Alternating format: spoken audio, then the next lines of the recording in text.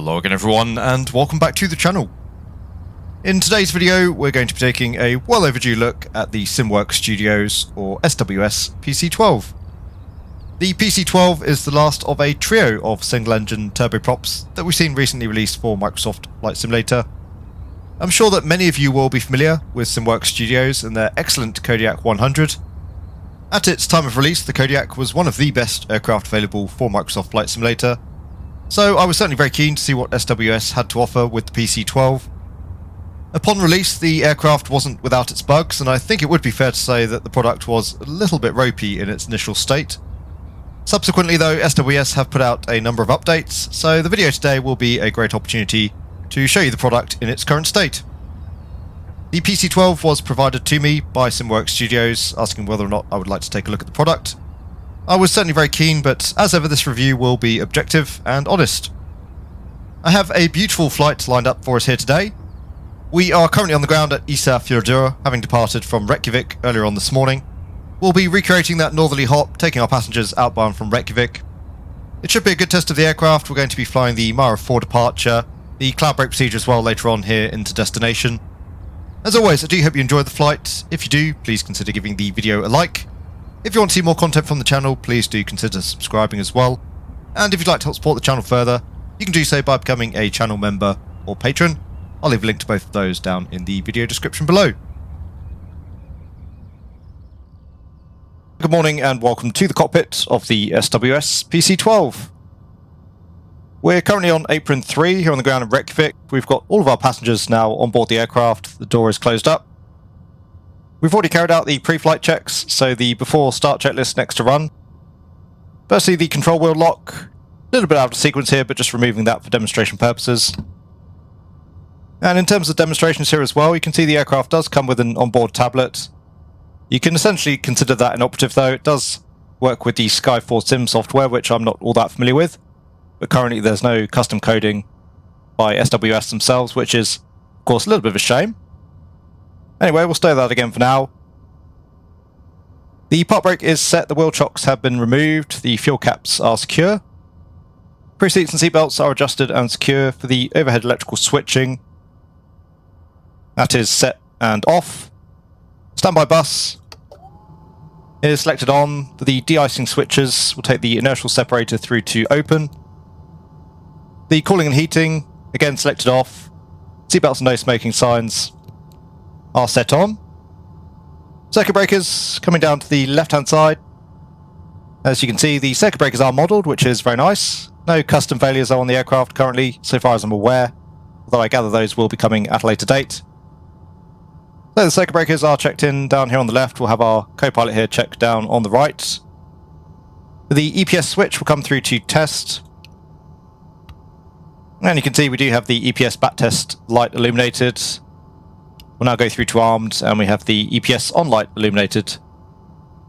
The ECS switch, that is selected off. Friction lock is checked for the manual override, power control lever and condition lever, those are set. Battery switches are set on. Nav lights are on. External power not currently fitted to the aircraft.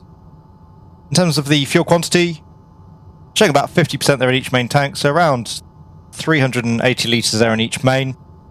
And the fuel totalizer currently reading 0, which we're expecting to see. Landing gear handle is selected down, we have 3 greens. And on the cores we have essential bus and AV bus warnings.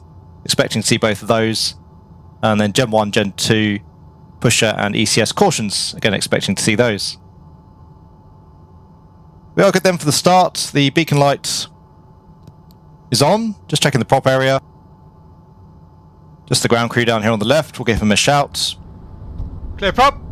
And close up the DV window once again. Up to the overhead, we'll hit the starter and we'll listen to that PT6 as the spool's up.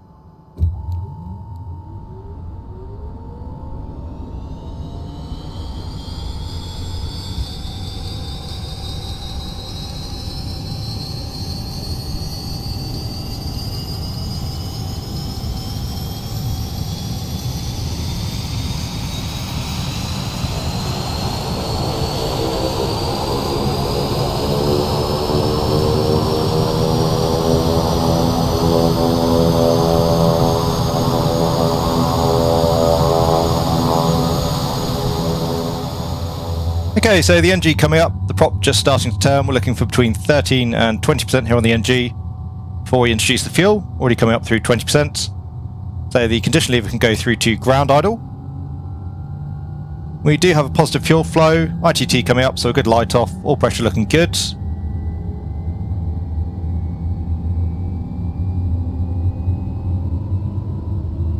And very nice sounds on the aircraft overall, it has to be said. So we'll just wait here for the engine to stabilise.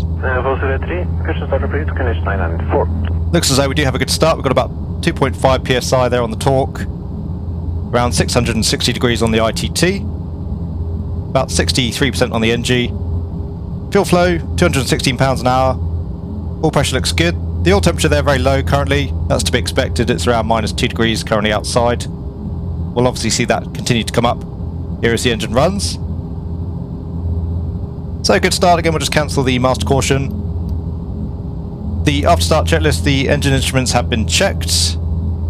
Generators, we'll take those on in sequence. Apparently that is quite important. If you take them on out of sequence, you apparently can have issues charging the battery. So Gen 1 selected on, and same there for Gen 2. External power, once again, not fitted to the aircraft. We'll take the avionics buses on. So AV1 and AV2.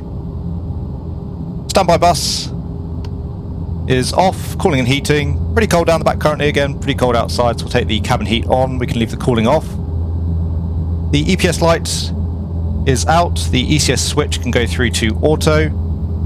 And for the flaps, we'll come through to 15 degrees. We'll just initialize our GNS 530. Still waiting here for the 430 to run through its bite test.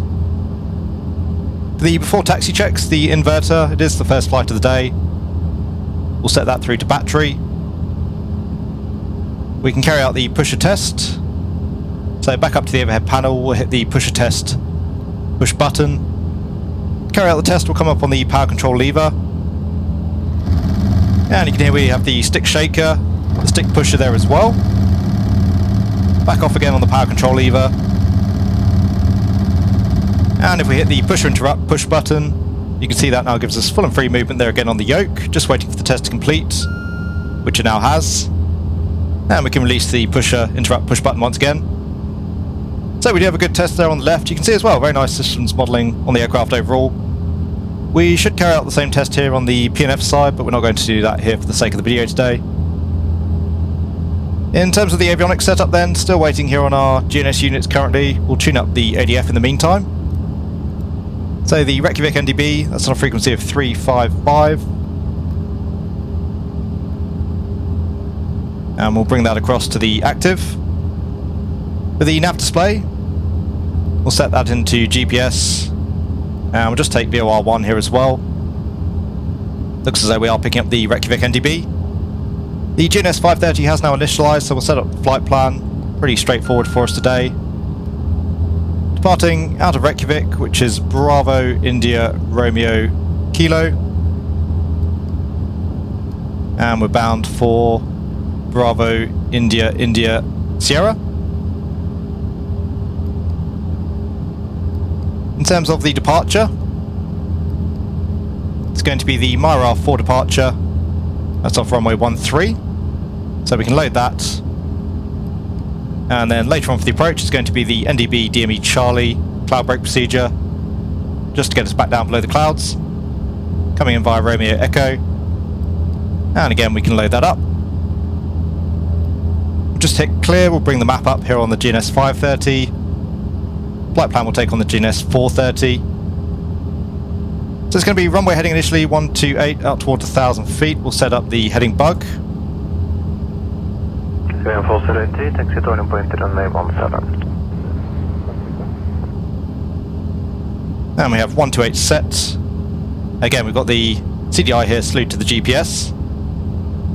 Anyway, de-ice, we'll take care of that in just a moment's time. We'll cancel the master caution. So the avionics are set for the autopilot trim test. We can carry out the autopilot test. Just waiting on that to complete. Warning, autopilot trim. Okay, so good test there on the autopilot. For the cabin pressure controller, only climbing up to 6,000 feet today, so we can leave it as is at sea level. And we'll leave things there as well in auto. Transponder can go through to standby. Altitude pre-select, as discussed, we'll climb up to 6,000 feet. That's going to put us above the terrain. We'll pre-select our vertical speed here as well.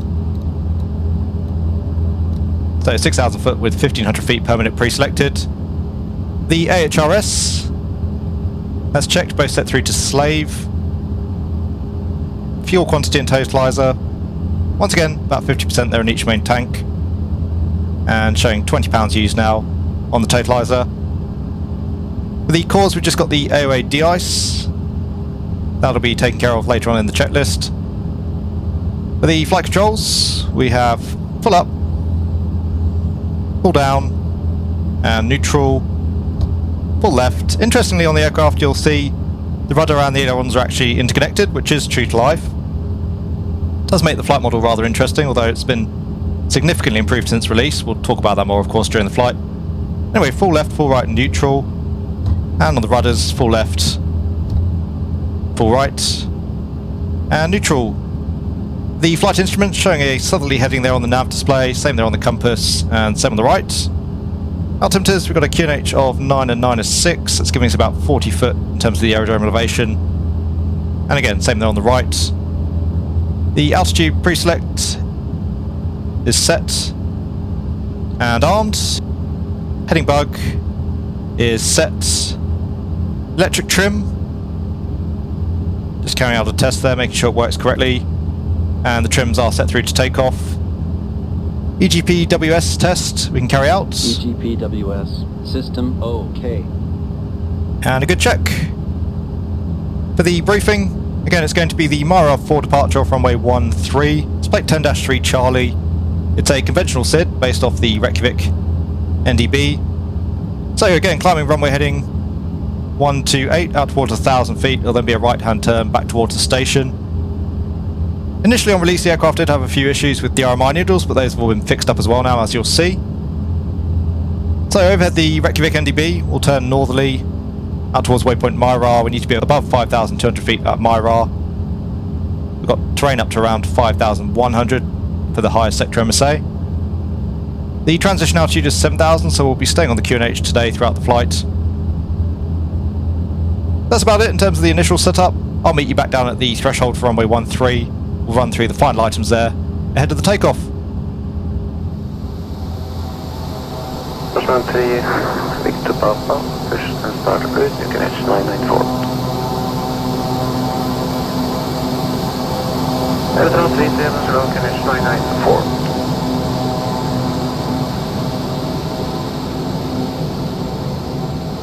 Aerodrome 36, Hawk 7000 and no reported traffic. Okay, so we now have ourselves lined up here on runway 13, just running through the final items.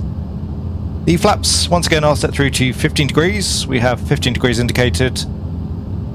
No need for flaps 30 here today, whilst runway 13 is reasonably short. We've got a decent headwind, and the PC-12 can actually get off the ground in fairly short order as well, as you'll see in just a moment. In terms of the lights, we've got the landing lights selected on, strobe lights selected on, we've taken the taxi lights off. Ice protection, we've just taken the probe heats on. The condition lever can now go through to flight idle. Just before we do that though, you'll notice the prop animation there in ground idle is not particularly pretty. I don't know whether or not that represents the real world PC-12 particularly well. It may well be that that's the case. Go through to flight idle. The prop looks much better to my eyes at flight idle.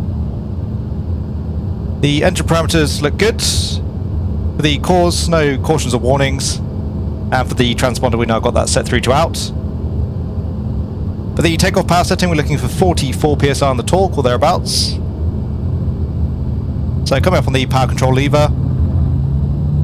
Again, a little bit of a blip in the prop animation there as we come up on the power control lever. The aircraft feels really good in terms of directional control, nice and easy to keep on the centre line. Not overly sensitive.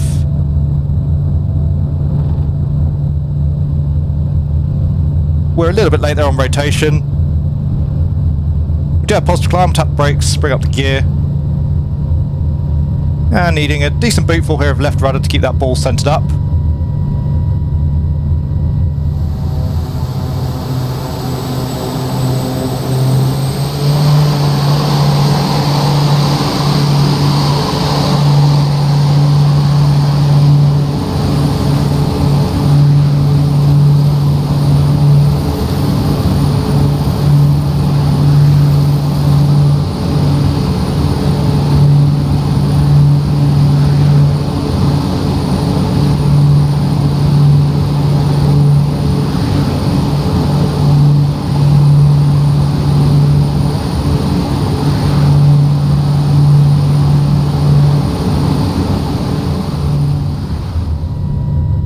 PC-12 is one of the few aircraft where you really have to use the rudder quite a lot at different power settings to keep the aircraft balanced, which is nice to see. Again, there aren't many aircraft in the sim that actually do that. We'll just keep the speed below 160 here with flaps 15. And up to 1,000 feet, we'll retract the flaps. We can start that turn now. Back out towards the northwest, inbound towards the NDB. For our climb power setting, we're looking for 36 psi. And as we come back off the power, also starting to reduce that rudder input. We'll climb at around 150 knots, so we'll start trimming for that. Scandinavian Foster 3, line up runway 17. And power's set. We'll just wait until we've got the aircraft heading inbound towards the NDB, probably leveled off as well at 6,000 feet, and then we'll get the autopilot in, run through the after takeoff checks. In terms of the pertinent items, the gear is up, the lights are out, and the flaps are up. Norseman 3, Vita Papa, taxi to runway 17. Overall, the PC-12 hand flies pretty nicely, I've got to say. I do find that the balance on the aircraft in terms of rudder input, actually often the rudder trim is more effective than the rudder itself, so you end up flying the aircraft using quite a bit of rudder trim. That behaviour though has been significantly improved since the aircraft released. And indeed the aircraft's overall handling, there's been quite a lot of updates to it since the product released, and I feel that the PC-12 flies a lot nicer now than it did just a month or two ago. Anyway, we're slightly out to the left of track. We want to track in towards the NDB. So just putting the head of those RMI needles at the top of the gauge. That'll have us trending back towards track. We'll just lower that climb rate ever so slightly. And you can see now the aircraft quite out of balance as that speed starts to build. We're not going to trim out for that just yet, since we've still got our climb power setting.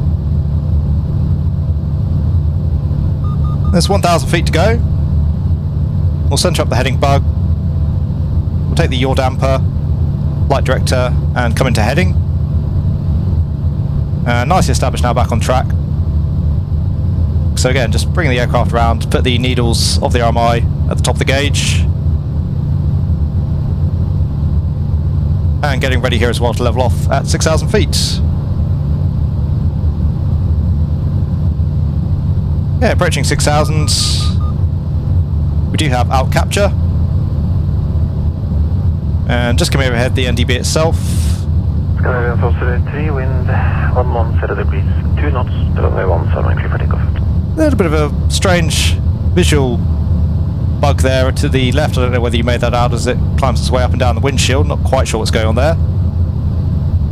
Anyway, we'll come back towards 30 psi now on the torque as we're level.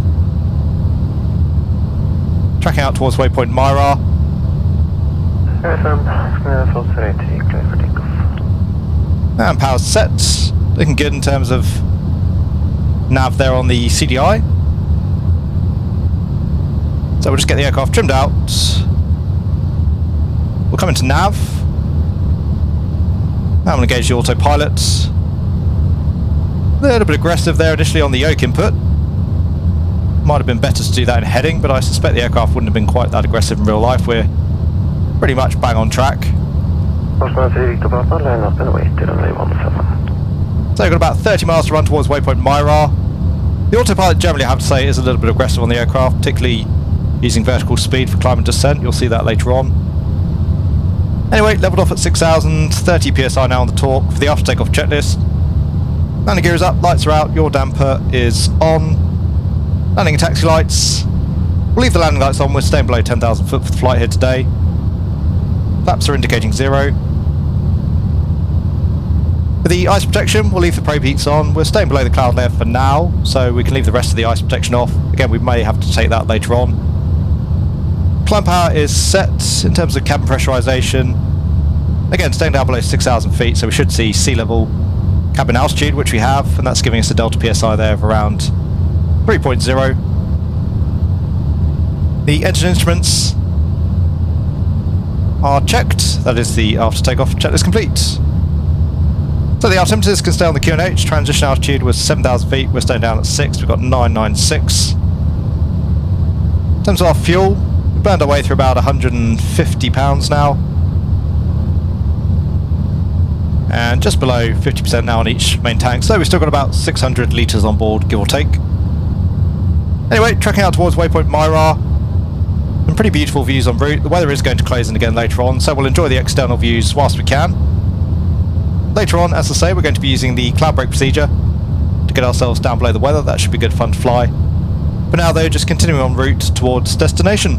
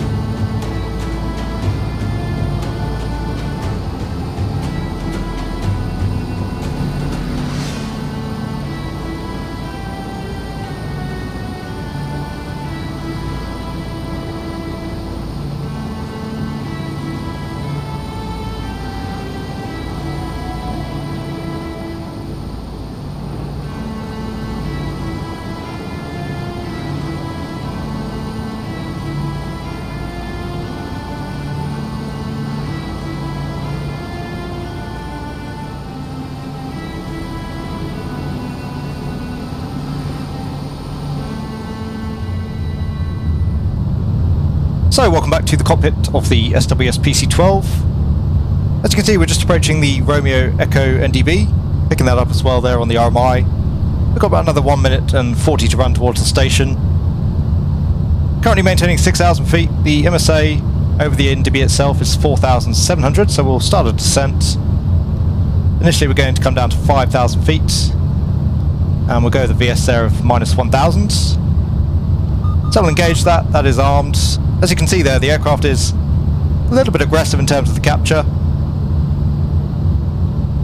or at least a little bit snappy in terms of the capture. Just coming back slightly here on the power setting to maintain the speed. And we're going to be coming down into the cloud layer, so we'll get the aircraft configured for any potential icing. We'll take the prop heat on, same there as well for the left hand and right hand windshield heats.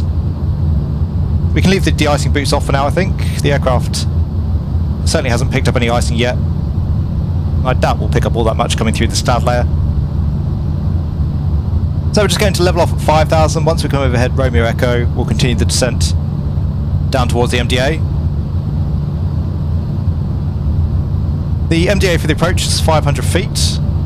However, ideally we want to be levelling off well above that. We'll aim to level off around 1,500 feet once we're visual. So just waiting here till we come over to the station, just about to level off, so we'll come back up slightly again on the power to maintain the speed. Air Force 80, identify 3,700, jump to flight level 200, after passing 5,000, direct Strömmen. Okay, just coming overhead Romeo Echo, we should see those RMI needles flick around momentarily.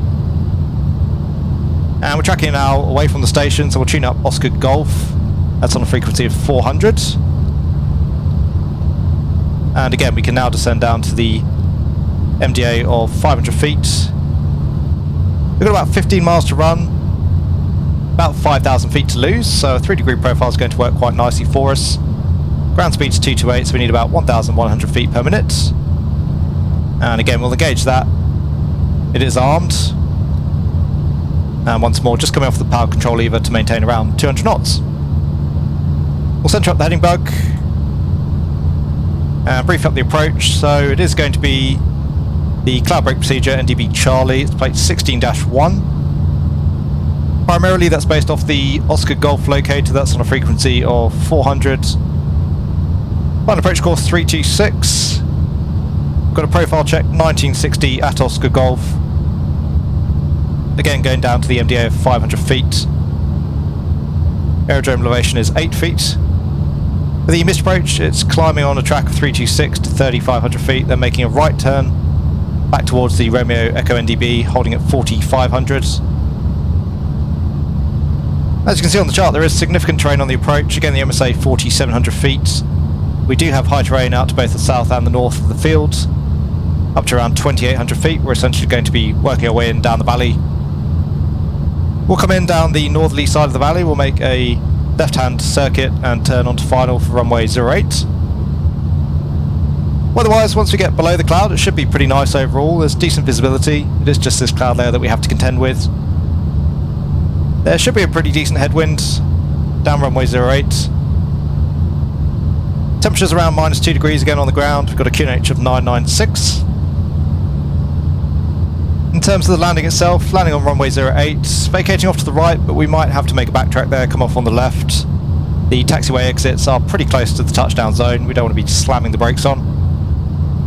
In terms of our fuel state, we're down to around a quarter now in each main tank. So around 190 litres there in each main. A little bit strange to be working with litres, but that's the figure I have in my head from having used the in-sim fuel menu. Anyway, decent amount of fuel on board. We can probably make another approach if we want to before we head off towards our alternate.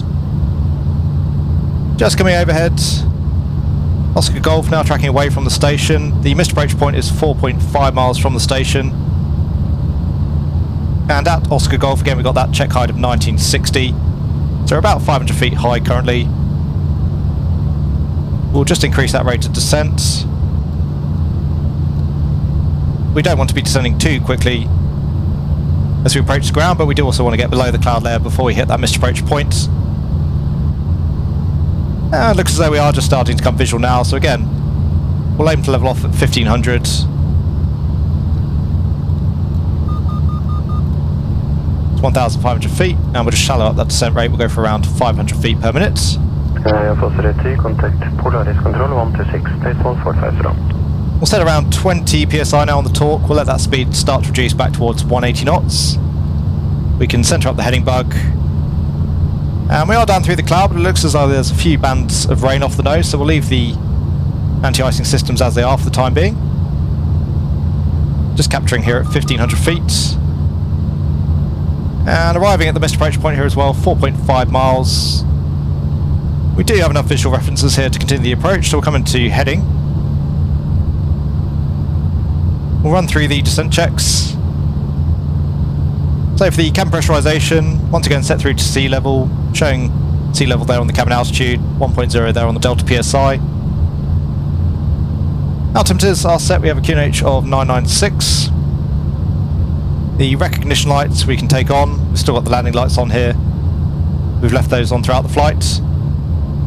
Radios and nav aids are set, the altimeters, QNH 2996 is checked. Inertial separator is set through to open. The briefing is complete. In terms of the flight instruments, we've got 330 there on the HSI, same on the compass, same on the right. We'll leave the flight directors for now. Altitude pre-select we'll leave at 1500 feet. And we'll just carry out another EGP-WS test. EGP-WS, system OK. That checks. Okay, so maintaining the heading. We need to visually identify the valley before we turn into it. Looks like it's going to be the next valley here on our left. And sure enough, you can see there's a gap between the two hills just off the left-hand wing. The valley we want's out to the north of that. Just about visual with the other side of this band of rain showers, so we'll continue the turn. It's probably going to be easier to fly things manually, so we'll take the autopilot out. We'll dump the flight director, get rid of the yaw damper. And we'll come back into VOR here on the HSI. So commencing the turn out towards the west, we'll continue the descent here down to 1,000 foot to enter into the circuit. I think about 165 knots currently. We can take the flaps below 160. So we'll start reducing that speed a little bit further. And again, needing an awful lot of left rudder here to get that ball centered up. As I mentioned, I really like the fact that the aircraft does need a decent amount of rudder input to keep the aircraft balanced, but it seems a little bit overdone.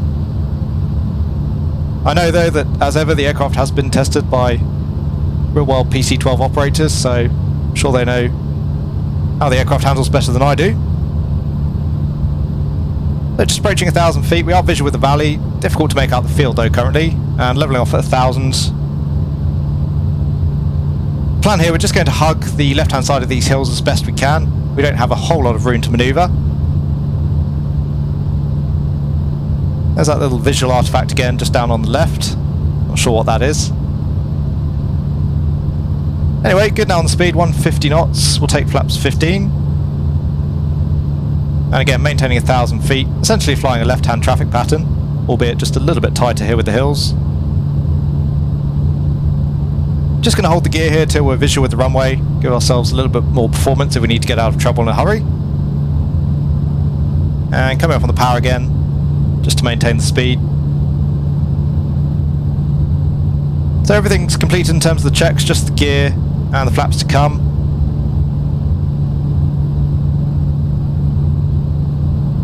And just about now visual with the runway, that's out at our 11 o'clock, it's going to be runway 08. And again, according to the forecast, we should have a decent headwind onto 08. Horseman 3 to Papa, wind 130 degrees, 4 knots, runway 17 clear for takeoff.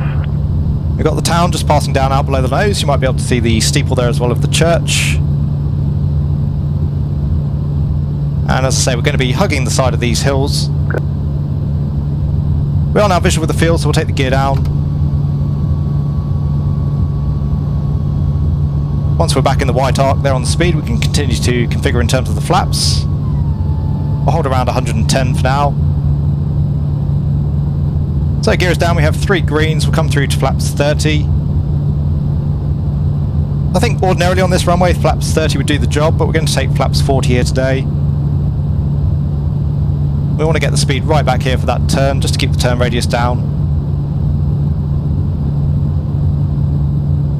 Also as well here, we'll just keep the speed up a little bit to cater for any icing we may have picked up, although it looks as though the aircraft is still pretty clean there on the wing at the moment. So reducing back towards 100 knots, we'll take flaps 40.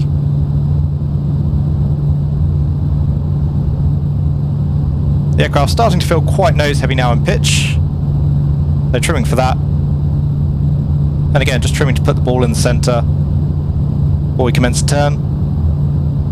So we do have gear down, 3 greens, flaps 40 indicated, the landing checklist is complete. We'll continue the descent. And again, just hugging the left side of these hills as best we can. Give ourselves as much room to manoeuvre here as we come down and turn on to final. Horseman 3 to Papa, contact Polaris Control 126.45 now. Doing about 90 knots.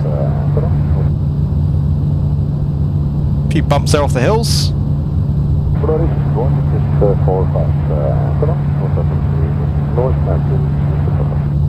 And as you can see, having to make a pretty sharp turn here to get the aircraft around onto final for 08. Looking at the windsock, we've actually got a little bit of a crosswind out from the left, which wasn't forecast. So rolling out onto final. Nicely trimmed, speed's looking good, maybe just a touch fast.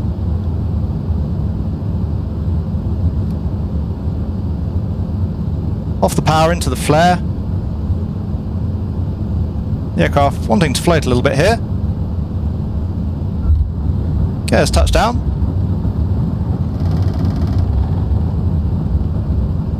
Gently now onto the brakes, and we'll make a left turn here, backtrack, inbound towards the parking area.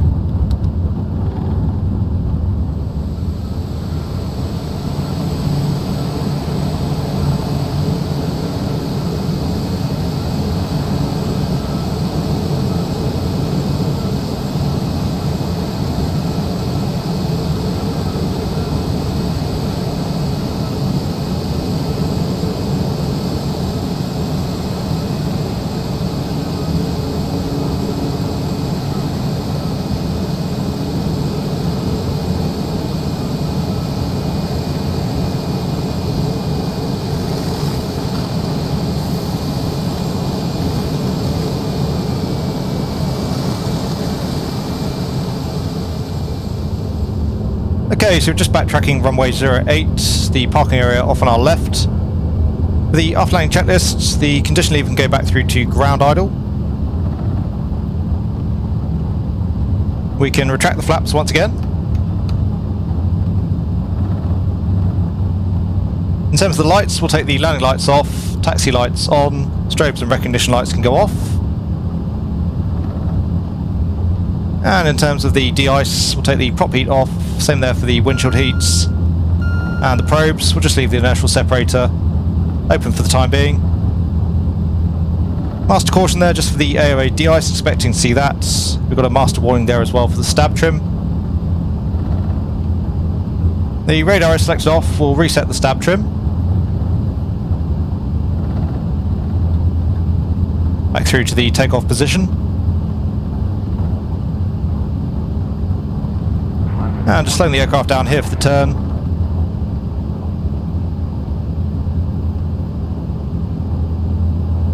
Okay, so the stab is set, the warning is extinguished. Again, vacating off to the left. We'll just swing the aircraft around, park up in front of the terminal building. And then we can run through the shutdown checks.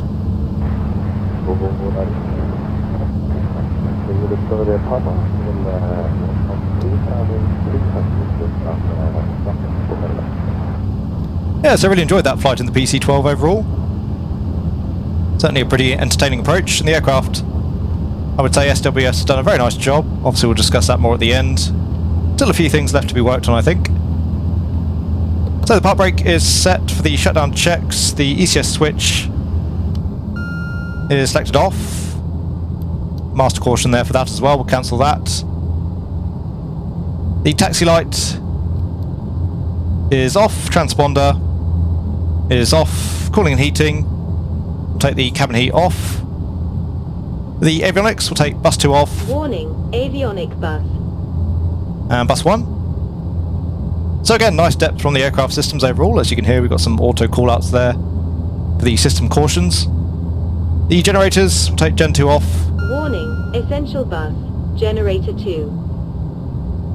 And same there for Gen 1. Essential bus. The ITT, that is stable, so the condition lever can go through to cut-off.